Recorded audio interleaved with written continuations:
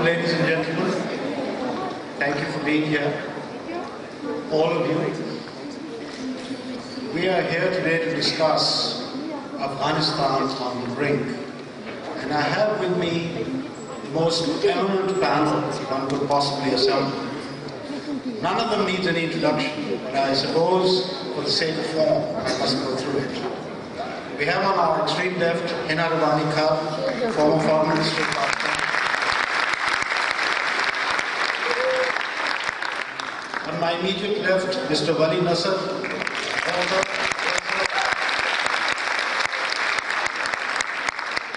I don't know how many of you know me, I'm Rashid. On my right, Maleeha Lodhi, former ambassador. And on my extreme right, my good friend, who needs absolutely no introduction, Ahmed.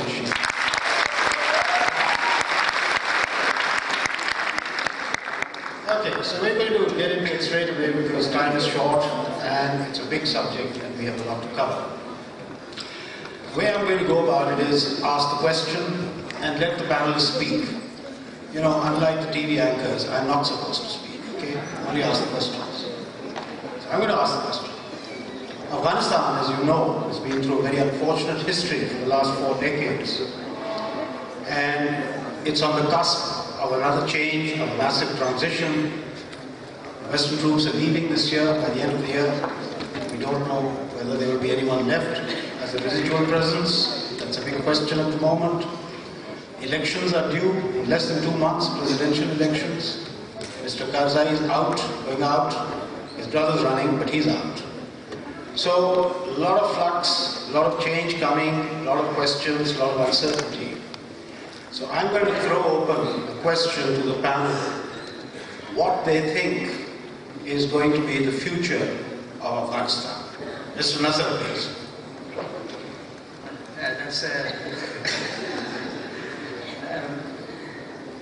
I think at least what we can surmise is that the scenario that everybody has operated on the basis of will not hold, namely that the political order in its current shape in Afghanistan can be protected by the Afghan political participants themselves and then by an Afghan security force that will be trained by the international community, and that there will actually be a regional consensus around this scenario after the United States leaves.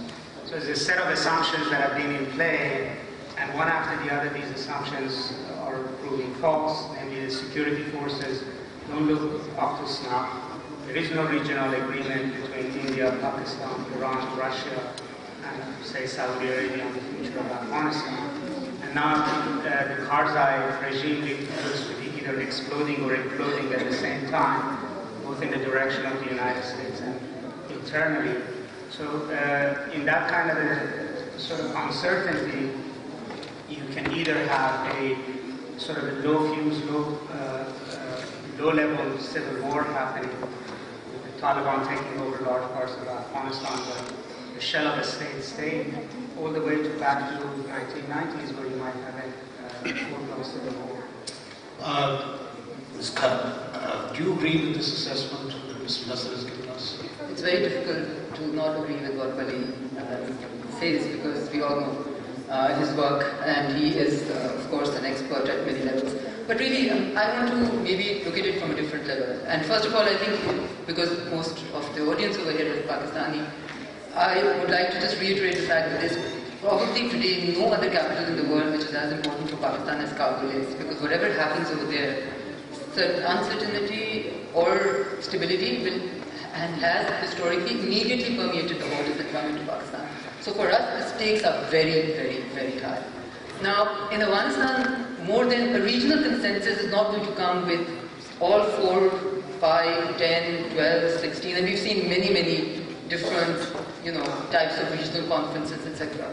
Sitting around the table and discussing Afghanistan. We've done a lot of that. I think that the consensus or Afghanistan's future, sometimes not admittedly and sometimes not accepted as much, is largely driven much more by the internal dynamics in Afghanistan, which are often ignored completely.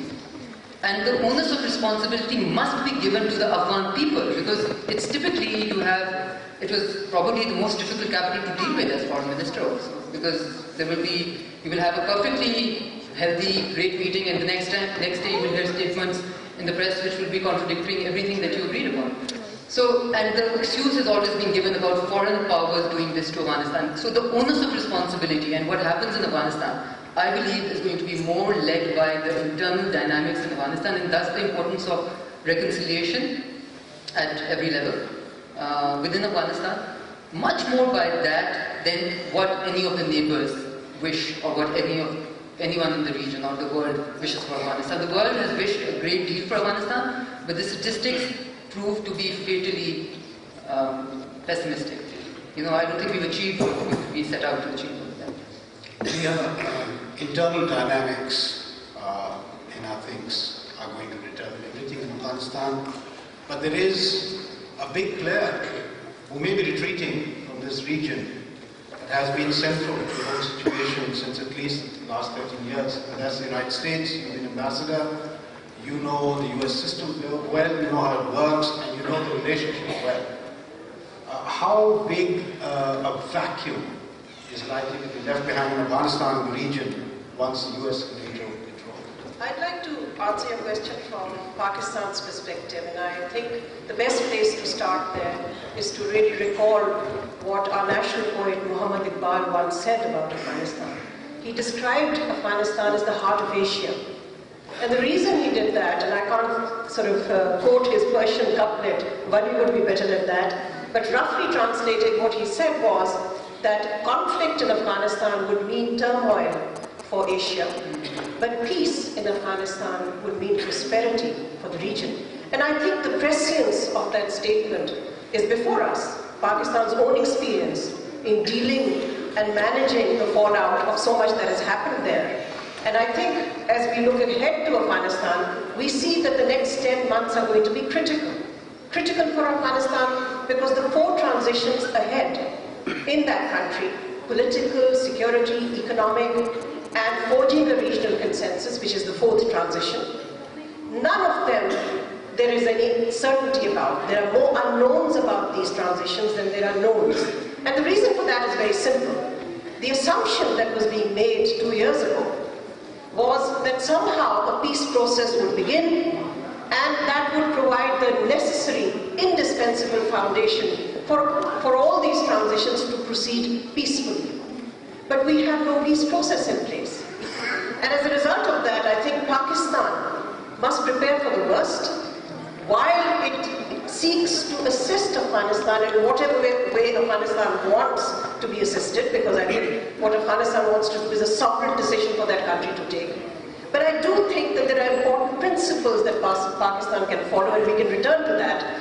But as far as the United States is concerned, I personally am very disappointed, and I'm sure Vali is too, disappointed with the fact that a very promising peace process that could have taken off in Doha almost a year ago now, last June, Ahmed, was it? 15 months. Okay, 15 months, was thwarted by President Karzai, but also because the Americans abandoned that process for the sake of getting this bilateral security agreement. And today we find that the United States has neither. It has no BSA, because Karzai has also said no to signing the BSA, and it has no peace process. And for us in Pakistan, I think the most critical piece was to get the Doha process going, and Pakistan had played a very quiet backroom role in helping to put Doha in place. But clearly, I think no country is in a position, other than Afghanistan itself, to influence the course of events within that country. All we can do is assist when we are asked to, and I think we must also always respect Afghanistan's sovereignty and allow them to decide their own destiny. But because it has such a consequence for us, I think, as I said, we prepare for the worst, but we hope that the ideal scenario, which is the one Vali talked about, a peace process becoming the foundation for a peaceful and orderly transition, that materializes. We all live in hope. Peace processes, as we are finding out in Pakistan too, are not as simple as they seem at first. So Ahmed, no peace process, inside Afghanistan, withdrawal of Western troops, the state of the Afghan army and security forces, the political scenario inside Afghanistan, possible descent into some kind of civil war once these troops leave, effects on Pakistan, the region, the world. I mean, astounding cause.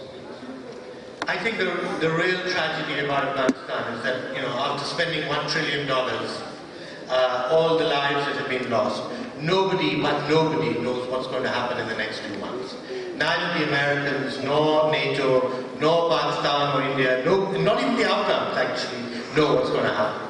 And I think the real future of Afghanistan is going to be determined not by the Taliban, or by the military assessments, or the withdrawal of the Americans, but by the political process. Are these elections going to be free and fair? Moderately so that they are broadly accepted by the Afghan people, so we can have a transition from one government to the next. Remember, having transitions, as in Pakistan, in Afghanistan they're even worse and more difficult. Will President Karzai relinquish power? Will there be a winner in these elections which is accepted by most people?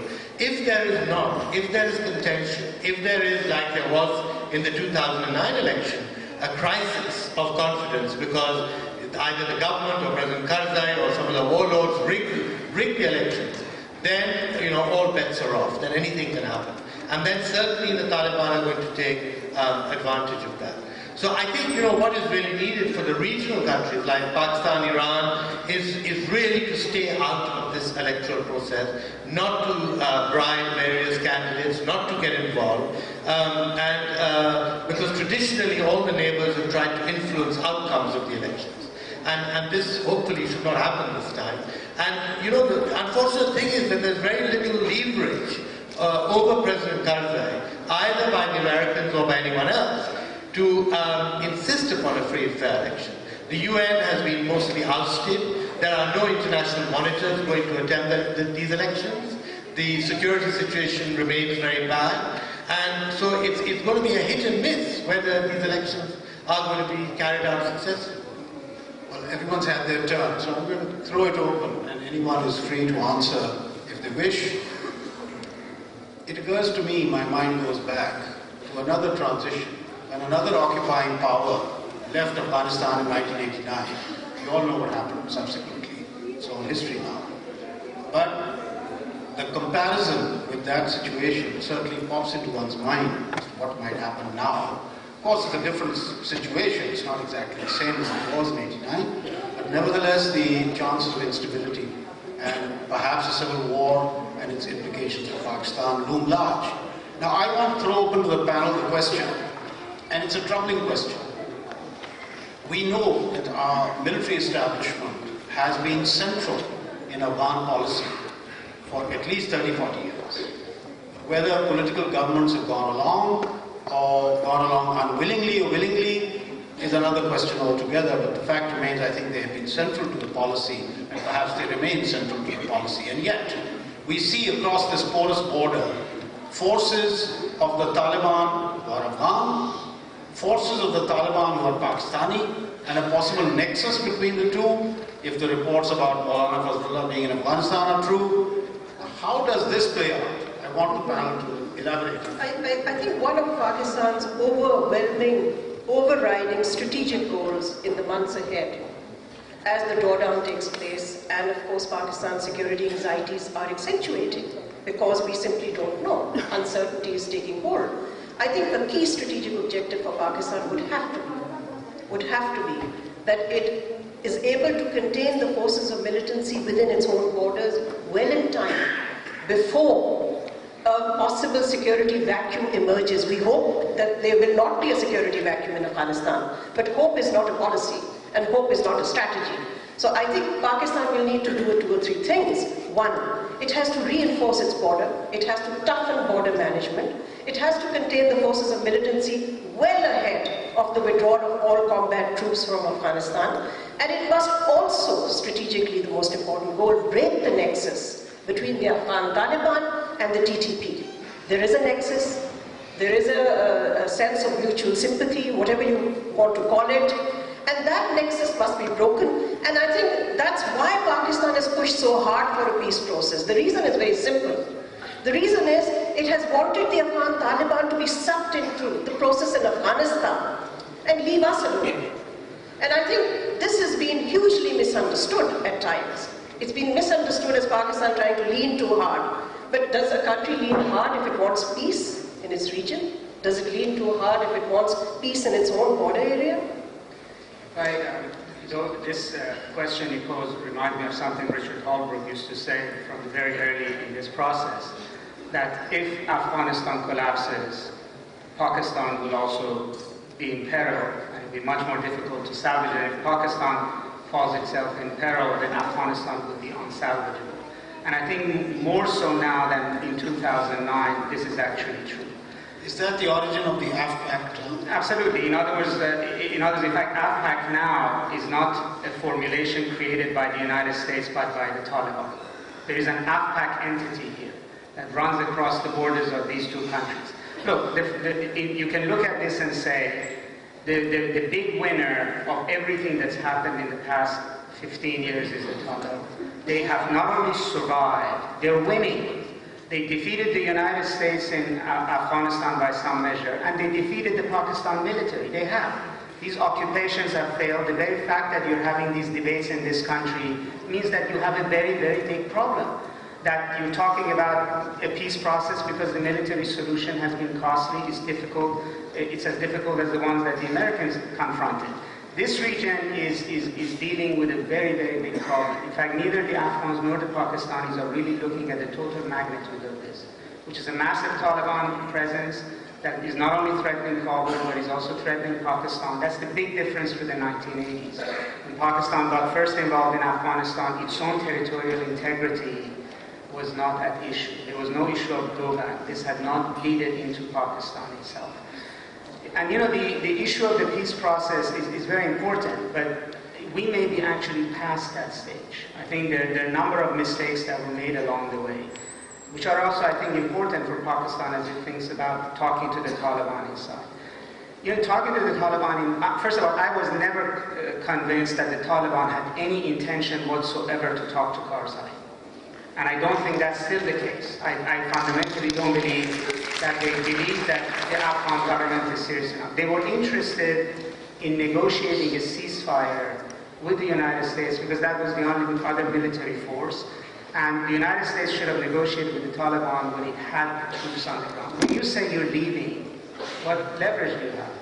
And why would the Taliban negotiate with anybody right now?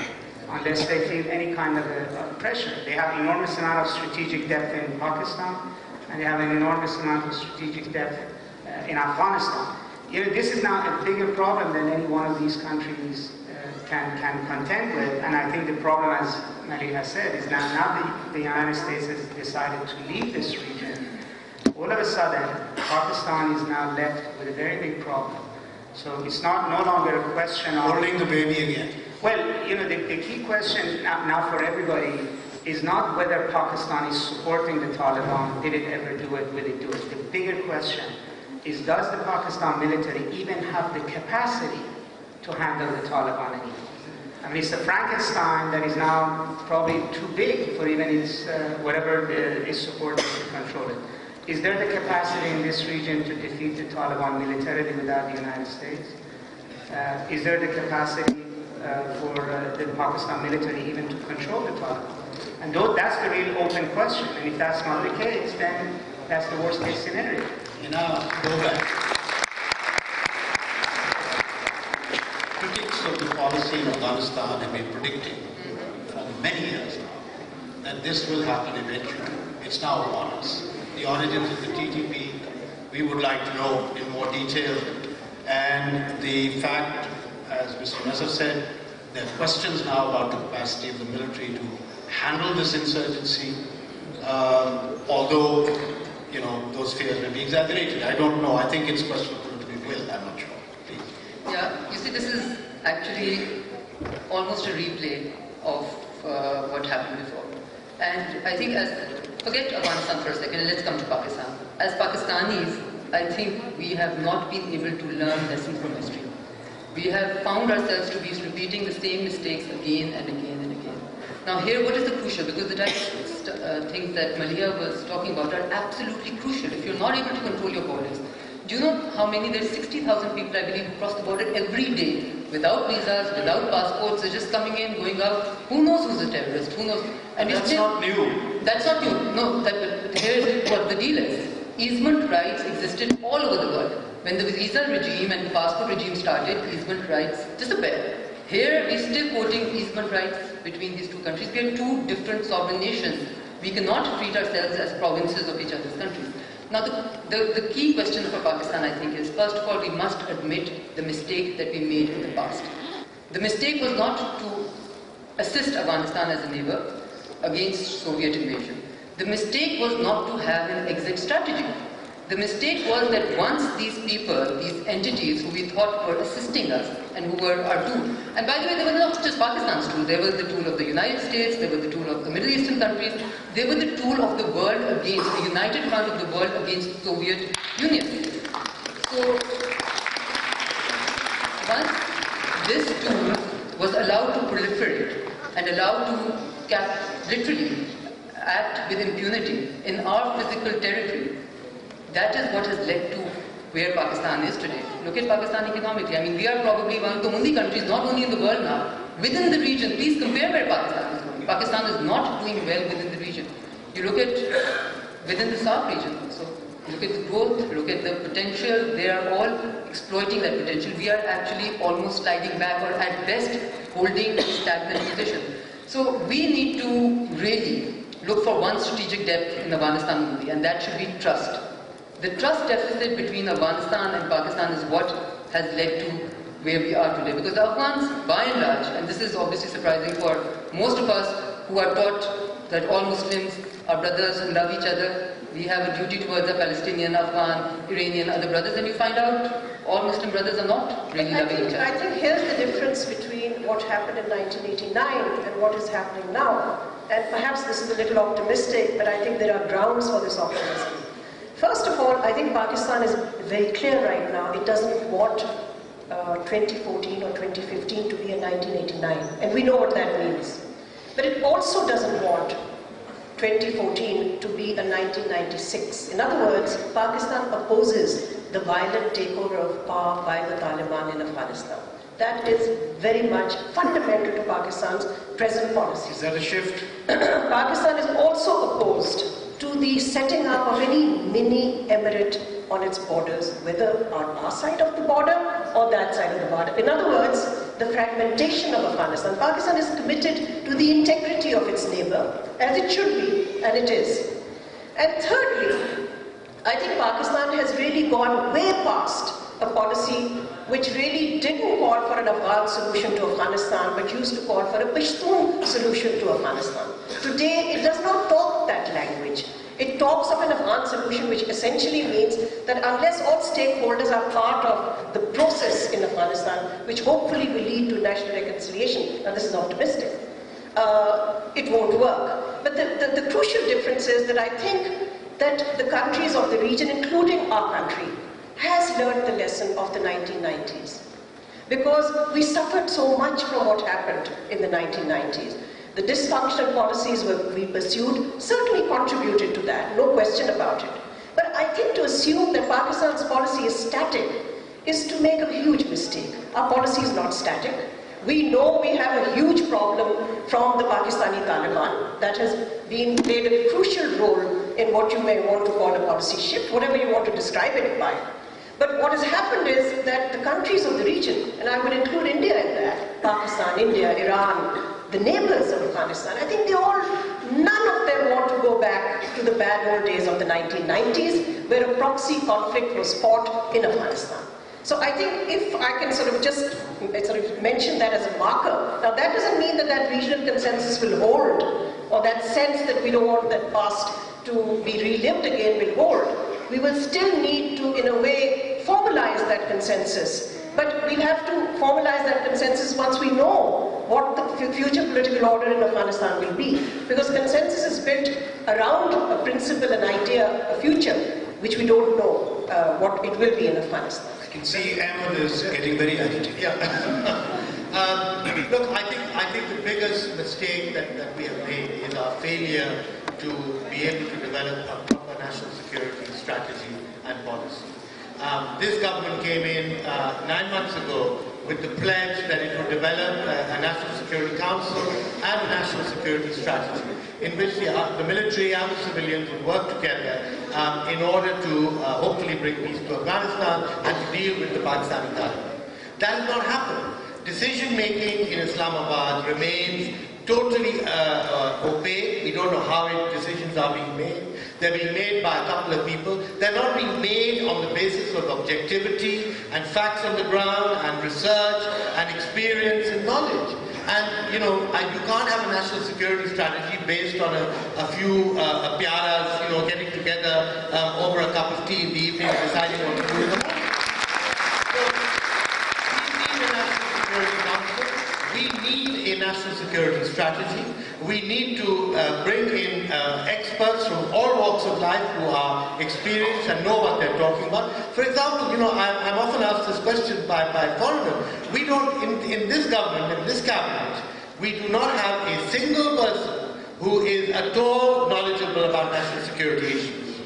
Now, how can, for example, how can the civilian government compete with the military, or deal with foreigners, or deal with the neighbors, or deal with the Taliban, when there's nobody who knows anything about the issues? So I think this has been our biggest failure. And until this is corrected, we're going to drift from one day we are attacking, the next day we are having talks with the Taliban. I mean, on January 29th, there was going to be some kind of a military offensive in North Waziristan. And overnight that has changed. Now how are these decisions being made? Can I also I just want to throw two questions into the air before you comment, and I'd like to come back. One is, whatever the future holds, I think there are lessons, very important lessons to be learned from the past. I would like you to reflect, number one, on proxy wars, and second, on occupation and the illusion of nation building. Please.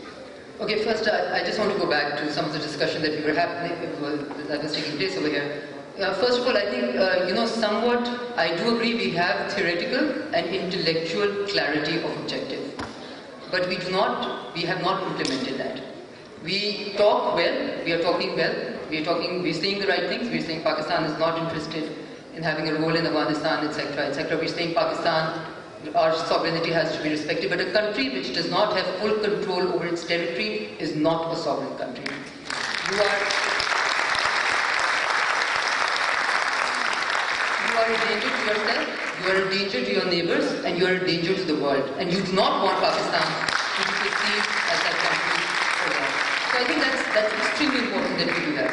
Now, moving forward, I think in Afghanistan's case, nation building cannot be imposed on Afghanistan. We have spent any country. Or any country, $600+ billion, and you're saying 1 trillion, and I believe your figures will be better than mine. $1 trillion spent on an economy whose size is $30 billion. And you know the extent of poverty in Afghanistan? Absolutely. And I know how development assistance works, and I'm not a fan of development assistance. I believe every country should ideally not take any development assistance because it really doesn't do much for your own country and does a great deal for the giver. So at the end of the day, really, I think the regional consensus, I'm talking from just 2 years of experience, that the regional consensus cannot be built by the region. The regional consensus, you see, there has to be one entity around which there can be consensus. Now that one entity cannot be Washington, it cannot be Islamabad, it cannot be London, it cannot be Brussels, it has to be Kabul. So the consensus, the reconciliation, the nation building, the decisions have to be made. Unfortunately, what has happened? The reality is that Kabul has had, I'm not a foreign minister anymore, I can say it, terrible leadership. They've just been very unlucky and, flippant sometimes, and that does not help, right? So with these, what would have been an ideal situation? Let's go to an ideal situation. An ideal scenario would be, and therefore I completely agree that the Doha process should have been pushed further, or any other process should have been pushed, should have been enforced almost. But currently, the ideal scenario would have been that prior to the elections, not post the elections, prior to the elections in Afghanistan, all the entities which are part of the nation of Afghanistan, Pashtun, non-Pashtun, Tajiks, Uzbeks, whoever they are, were able to be part, at least partially, of the political process, so that the resorting to violence ceased to be an option. And this is exactly the same thing that we wish for Pakistan.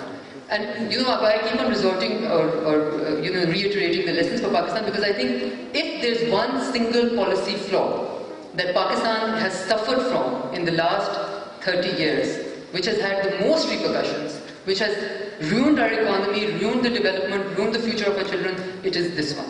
It is allowing non-state elements to act like the state. They get protection.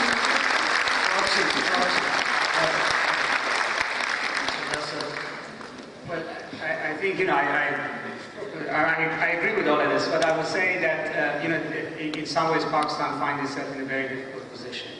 Namely... Would you say it's self-inflicted? Pardon me? Would you say it's self-inflicted? I think at this point in time, it's more important to not to indulge so much about historiography, and let's agree that faults may be deliberate or undeliberate, have been there. Unintended. But the reality is, the task before Pakistan is very huge. The Taliban don't need to take Kabul to be a threat. There is a long distance between the border and Kabul that if it's controlled by the Taliban, it would be problematic. Pakistan now actually, even if we went by the scenario that Hina and Maleeha were saying, Pakistan finds itself in a very odd position of having to be the main pillar of the Kabul regime. I mean, the first order of business is to make sure that Khar survives. The Americans are out. We don't know what the Iranian game plan is. At the end of the day, the only other country in this region which is openly committed to keeping Karzai in power is actually India, which could be a bizarre sort of a strategic twist here, that Pakistan and India may actually find some common ground in saying that this is the least common denominator.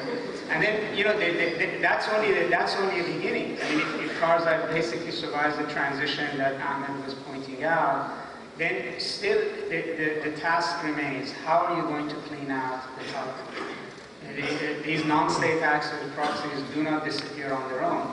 And this is going to be a long haul. I mean, we can criticize the United States all we want. In the end, a $600 billion, $1 trillion war over 10 years failed to dislodge the Taliban.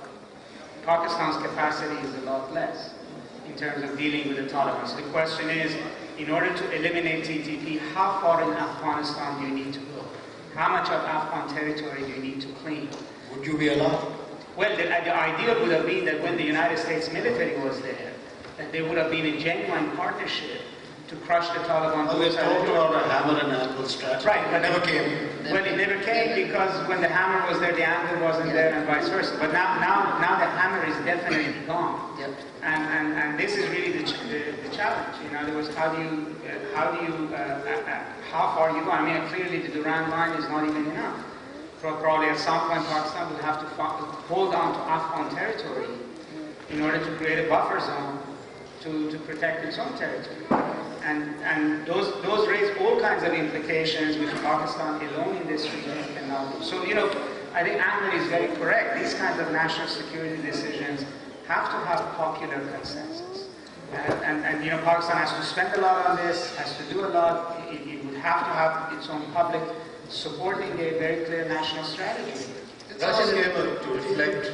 If I can just add, look, we have a special responsibility because the Afghan Taliban are living on our soil. We allow them to live on our soil. And I won't go into history and all the rest of it, but the leadership of the Afghan Taliban is on our soil, the Shura is on our soil, the fighters are on our soil, and most of the logistics, or a lot of the logistics that they get also come from Pakistan. So we do have a special responsibility in facilitating the talks process and the dialogue process. Now, I think we have changed our attitude a lot from the attitude that the military had, for example, during Sharaf's time. But even now, I do feel we could have done a lot more in the last 1 year. For example, I think we could we have pushed the Taliban in a more stronger fashion to open a serious dialogue, to take Doha forward and talk to the Americans and the Kabul regime. Could we have in fact given the Afghan Taliban a kind of deadline and said, look, you guys are Afghans, you have to go back to Afghanistan, we want you to go back in the next year or 18 months and cut a deal with the government in Kabul, because we can't keep you here any longer, because it's too much for us. We are undermining our own state by keeping you here. I think we should have done much more. But Ahmed, I think we should also recall, I mean, of course you can always do more, although this language of do more makes me very nervous. It's just too familiar. I think everyone could have done more. And I think we may have a special responsibility, because I call it the tyranny of geography.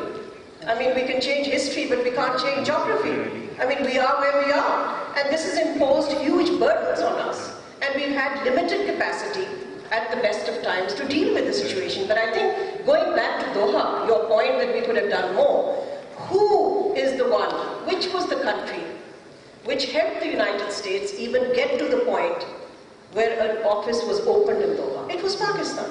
What did Pakistan do? But they couldn't restrain them using a flag. No, that was not our responsibility. That was a responsibility of the government of Qatar, because it was on Qatari territory and Doha was taking place in Doha. Pakistan cannot control Doha any more than it is responsible for the war in Afghanistan. There is a limit to how much we want to take upon ourselves. I know self-infliction has become a national sport, but let's not take it that far. Because we have tried and struggled to get the Afghan Taliban in whatever way we can. We have influence, but we don't have the ability to guarantee an outcome. Nobody does. But we did get to that point, and then I think we mustn't be eclectic in the selection of facts from recent history. What happened at Doha? What happened at Doha was that Karzai went crazy and said, I don't like this flag and symbols. And he said, I'm going to suspend all negotiations on the BSA, as well as I oppose this peace process. Whereas the matter of the flag and symbols could have been absolutely resolved very quietly and easily. I think, Hina, you would recall that. And secondly, the United States had promised, and I think you would recall that, the United States had promised that the Doha process would be a two-stage process, and Pakistan supported that. The first stage would be that the United States itself would get into direct talks with the Taliban on the exchange of prisoners, something that the US is returning to in the last few weeks. They are reviving this idea, but at that time that was the deal. And in stage 2, the Afghan Taliban would meet with other Afghans and begin a process of national reconciliation. Now the question that has to be asked is, what did Pakistan not do at that time that you are blaming Pakistan? Pakistan delivered its side of the bargain, but the side of the bargain that had to be delivered by Kabul and Washington was not delivered. So let's not beat up on ourselves all the time.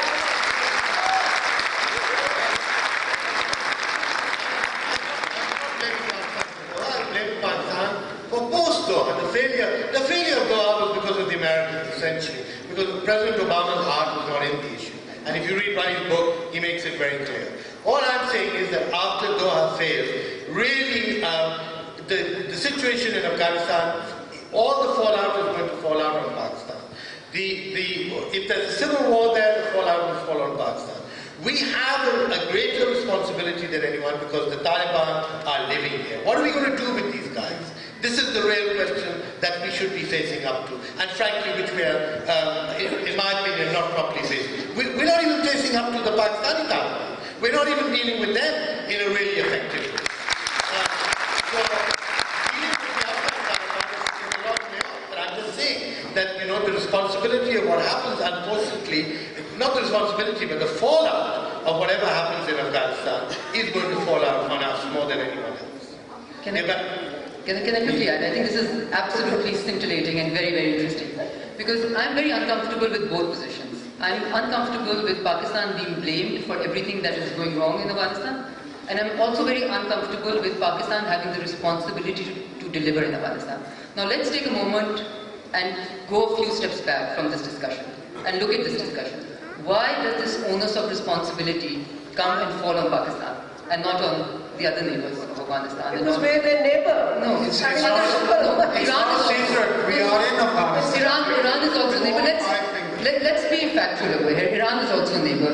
The onus of responsibility and the accusations. But there are no let me just finish. The accusations and the onus of responsibility falls upon Pakistan because Pakistan has not preserved its own interest, trying to protect everybody else's interest or trying to play God. Historically, not now. That's flawed policy. Now, in that, if the Afghan Taliban or any Afghan nationals require a visa, are not allowed to use Pakistani soil, and same way, I mean, the Afghans pretty much in discussions will tell other people, not Pakistanis, that they're paying back to Pakistan because they think that by giving space to the TTP, now Pakistan's policy, I completely agree, and I have been obviously part of that policy, has changed theoretically, intellectually, but our capacity to change, implement that change. Now, this Frankenstein is almost bigger for all of us to collectively handle. Can you imagine that? And I fear for Pakistan's and the region's future. So this is a clear and present danger. This is much bigger than our national psyche has truly accepted. We need to not be, think we still have more time to, think about it, to go back to it. Things are moving at a very, very fast pace, and we can't. The option to not do anything is not there. So momentum from the past produces difficulties in a change of course, is what you're saying, and I think I agree. We could listen to these very articulate people on this panel till the cows come home, but time is always a constraint. I'm going to throw the discussion open to the crowd, to the audience. Questions? No speeches, please. Only questions. Thank you. Yes. Yes, please. Is there a mic here? Idhar. Front row. Thank you. Yes, please. I just want to say that it's very hard for me to be so objective about the war on terror because I feel very strongly that my family was, collateral damage when it comes to this war, involuntarily so. My father was shot dead and by an extremist, and my brother is still, he was kidnapped 2.5 years ago. He's still currently in the captivity of these animals. And excuse me, can you just introduce yourself? Some people can't see.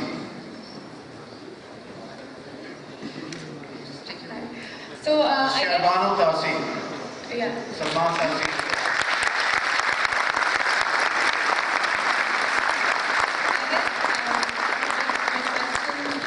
Is that why is it that when it comes to this war, this senseless war that's gone on for over a decade and there's no clear winner or loser in sight, why is it that military operations and raids and strikes are still being touted as a solution when it's only ever been diplomacy that's ended these wars? So why is it that when you have a government that is coming up and speaking, that is willing to negotiate with the Taliban, why are they viewed as being, for lack of better terminology, in bed with them or as weak or as compromising? In the context of Afghanistan, this was a big debate in the United States about whether or not to talk to the Taliban. And I think even those who favor talking to the Taliban argue that talks have to be productive. You have to think, why is it that the other side would be willing, who has engaged in a military operation to win territory, to overthrow a government, what would compel them to actually engage in negotiations? And in the end, the understanding was that the Taliban in Afghanistan have to realize they cannot win. They have to realize that the consequence of not negotiating will be defeat. And only then you could actually get them to the negotiating table. So, if that's not the case, then there's no reason for them to really negotiate in earnest. I actually don't think the Doha process would have ever succeeded under any circumstances, because by then the United States had taken the pressure off the Taliban. This was by and large a ribbon to put around the exit strategy. You could have told the Taliban early on that we're going to pound you, we're going to hound you, we're going to defeat you. If you come and make an agreement, maybe we won't do that, and you agree to these terms. But we never did that. And in the middle, after a year of the surge, we announced we're leaving anyways in 2011. All they need to do is wait. And then we came out and said we're leaving in 2014. and what we were doing to you now an Afghan security force will do to you, which they don't take seriously. Now, are you drawing some implications of what is going on in Pakistan currently from that? But and Pakistan is not unique. You can look at Sri Lanka, you can look at Colombia. I mean, this is not a South Asia issue. Anytime you've dealt with an insurgency, you're dealing with a military force, let's put their ideology aside, that has a certain strategic objectives that it has already decided is going to achieve them through war.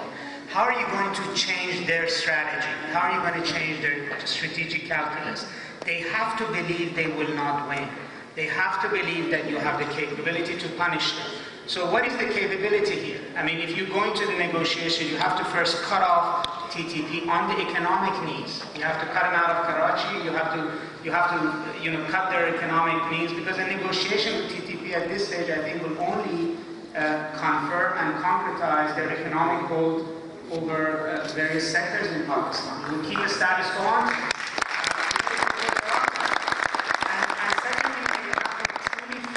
That the consequence of not negotiating, of not making an agreement, is that you're going to punish them. They also have to believe that you have the capability to police whatever deal that you're going to make. So if they put their arms down, do you have the capability to sit on top of them for the next 5-10 years in order to make sure that they don't go back to these things? If you have those things in your hands, of course diplomacy would be a far better solution. But that's I guess a subjective criteria. Rashid, can I say one very brief comment? Look, I think the difference between the Afghan Taliban and the Pakistani Taliban has never really been properly understood. Now there's a whole history of differences, but critically, I think there is a genuine peace lobby within the Afghan Taliban now. And we're seeing signs of that all over. All sorts of Taliban in Dubai and Turkey, and trying to talk peace, quite apart from the Doha process.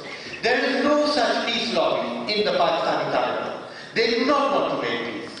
This thing for talks right now is they want to buy time. They want to try and create more confusion between the army and the civilians and civil society and all the rest of it. And they want to enlist more the religious right on their side.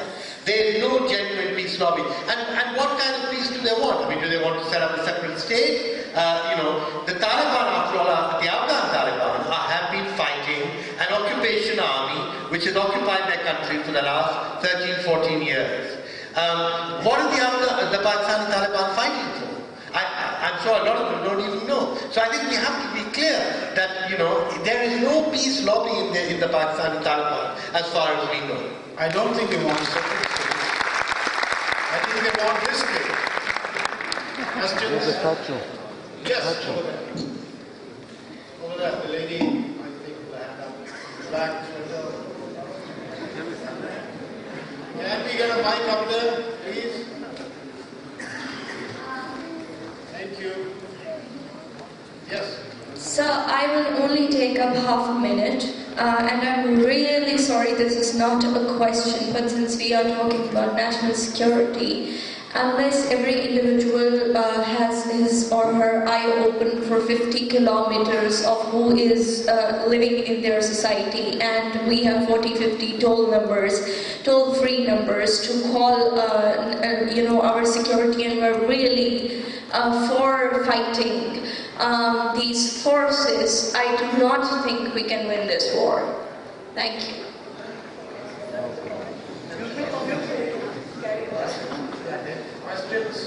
Questions? Do you know questions? Thank you. Could you My question is... Could you identify yourself? I'm Adil Ahmed. I work for the telecom sector in Pakistan. My question is addressed to Vali. You said Taliban has a lot of strategic depth in Pakistan. My question is, what factors contributed to making this strategic depth? I mean, I see this TTP spokesman being projected as foreign spokesman by the media. I see a lot of foreign currency in the accounts of the madrasas in this country. So what are we doing here? The pillars of the state are not weakening the Taliban. They are confused. What is your opinion about that? I guess it's open to everybody, but I think, it's very clear. That's really to be decided, I think, by Pakistani society and the authorities as to where do the elements of a strategic depth for Taliban lie within Pakistan and how to deny it. I mean, Ahmed pointed to some of these in terms of who lives in Pakistan, what can they do? Can they recruit? Can they train? Can they be able to run financing operations, etc.? And if there are free territories in Pakistan's northwest from which the authority of the Pakistan state is excluded, it's no longer the decision of the Pakistan state as to whether Afghan Taliban have a base in Pakistan. It becomes TTP's decision whether they have a base within Pakistan. So that's, you know, it really depends on what it is that is required to put pressure on that relationship. Okay. Hello. Anyone here?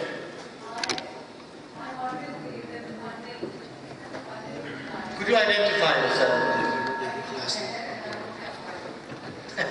Mike, please. Mike. There's only one mic, it travels slowly. Sorry. Excuse me? My question is... I do. One second. I do believe that the funding to the Taliban must be stopped. I've talked about it a number of times. So, where do you think the funding is coming from? And why is the government not focusing on cutting the funding before resorting to bombing them or wanting to talk to them? Okay, where's the funding from?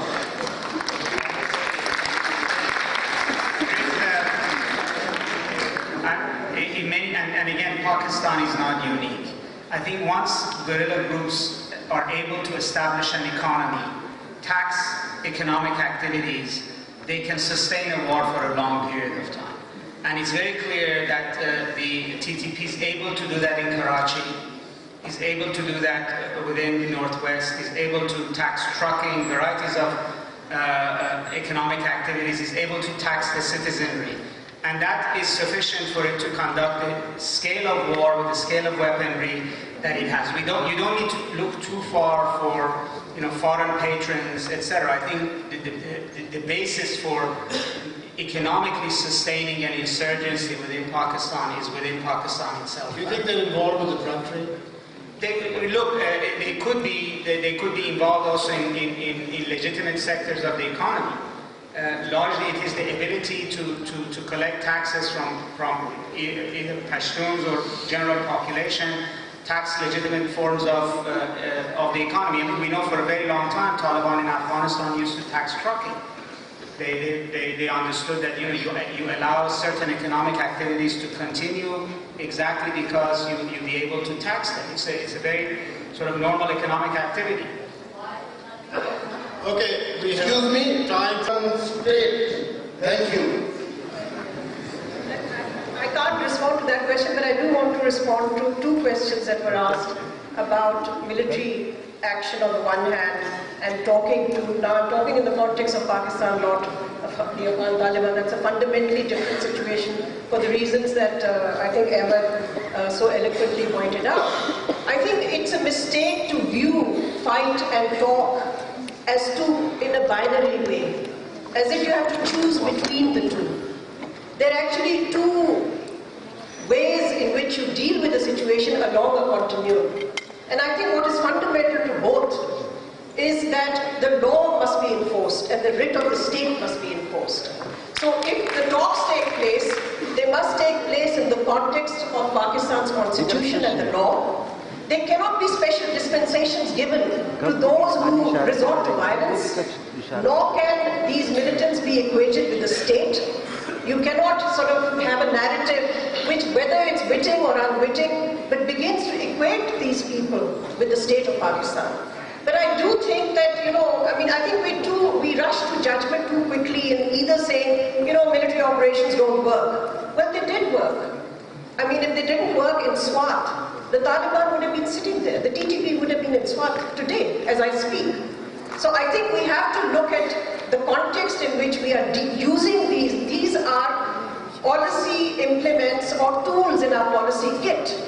And it depends on the mix that we need to use at a certain point in time. But I think we give ourselves a false choice when we say, well, we're not going to do any law enforcement because we're just going to talk to them. Or we're just going to kill everybody on sight, but we are going to forego any opportunity of peeling off groups So I think we need a much more sophisticated, comprehensive strategy in which these are elements in that strategy. And I agree with Ahmed that we need the government to come forward with a very with a credible national security strategy that people in this hall and people outside in the streets of Pakistan can understand. And the narrative must be clear, because I think the narrative is something that we all must participate in. This is not just the job of governments alone. It is also the job of every citizen of this country to stand up and be counted. More nuanced policy. One second, please. Who's talking? I can't see who. Where are you? Extreme right, to your left. Left, your left. Okay, over there. No, that's not me. Over there, maybe here. We're running out of time. Please, short. No. I'm not going into the how national security policy is being formulated. I would like the panelists to come on the ball. You will find the national narrative in support of Taliban fighting in North Afghanistan, just 1 kilometer away from here. I have a question. And go to this mosque, on the Mar Road, Masjid Shoda, you will find all kinds of fascinating, jihadi, motivating videos. I can show you the terrorist camp in Chubarji. And I can show you the banner of the band of Mali. What kind of video you are talking about? With this narrative. We are running out of time. I have a question, sir. Excuse me. I over here. Go out and see, you will find. I have a question, sir. The lady over here. I recognize her. Down here, please. This lady here. Can we have the mic? If not, you can speak loudly. Sir, I have a question. Sorry. Excuse me. While you're waiting for the mic to go down, could I ask a question, please? No, wait. All right. I have one observation from the panelists. It was a very enlightening discussion. But one observation was that first, the panelists reiterated that we should make sure that the sovereignty of the people or governance in that country should be by the people. And shortly thereafter, some of the panelists felt that Iran, Pakistan, India should ensure that Karzai should remain in place. So I thought that was a little... it was mentioned that we should make sure that we should strengthen them. What I think was meant was Karzai should stay until the transition political takes. Well, they said that we should strengthen them. So I think that was a... Can I guarantee you that nobody in this panel would make that statement? I can guarantee you. Maybe I misunderstood. And secondly, now the question. Now, where do the Pakistani Taliban come from? We keep treating them as foreigners, as an army that has come from outside. But please, Mr. Ahmed Rashid will most probably explain a little in detail which parts of Pakistan are the Taliban, the TTP drawing their forces from. Okay. He's asking you. It's time for the moderator to answer that. You want me to answer? Yes. Very briefly, my knowledge is far inferior to Ahmed's, but I'll try and answer the question. My impression is that the TTP basically arose from the days when the first Mujahideen struggle began and then the Taliban and all the rest of it. They were basically hosts and facilitators, especially in logistics, across the border for these people. Baitullah Masood, for instance, started with 2 mules, and then by the time he was killed by a drone strike and a fleet of pickups and more money than he knew what to do with. So something was afoot. I believe the TTP is the direct consequence of the proxy war that we've been fighting in Afghanistan and which has led to this development. The blowback as a result, it may be unintended, but it is one of the consequences of our intervention in Afghanistan for the last 40 years. Look, we cannot possibly exhaust this subject in 1 hour. I mean, the organizers have been very cruel to us, but I think it's been a good discussion. I hope you've gone away stimulated, your appetite is whetted to look for more on this question. What we've concluded with, I think the panel will agree, is, Afghanistan and Pakistan are Siamese twins joined at the hip. We can't separate. I hope we can live together. Thank you very much.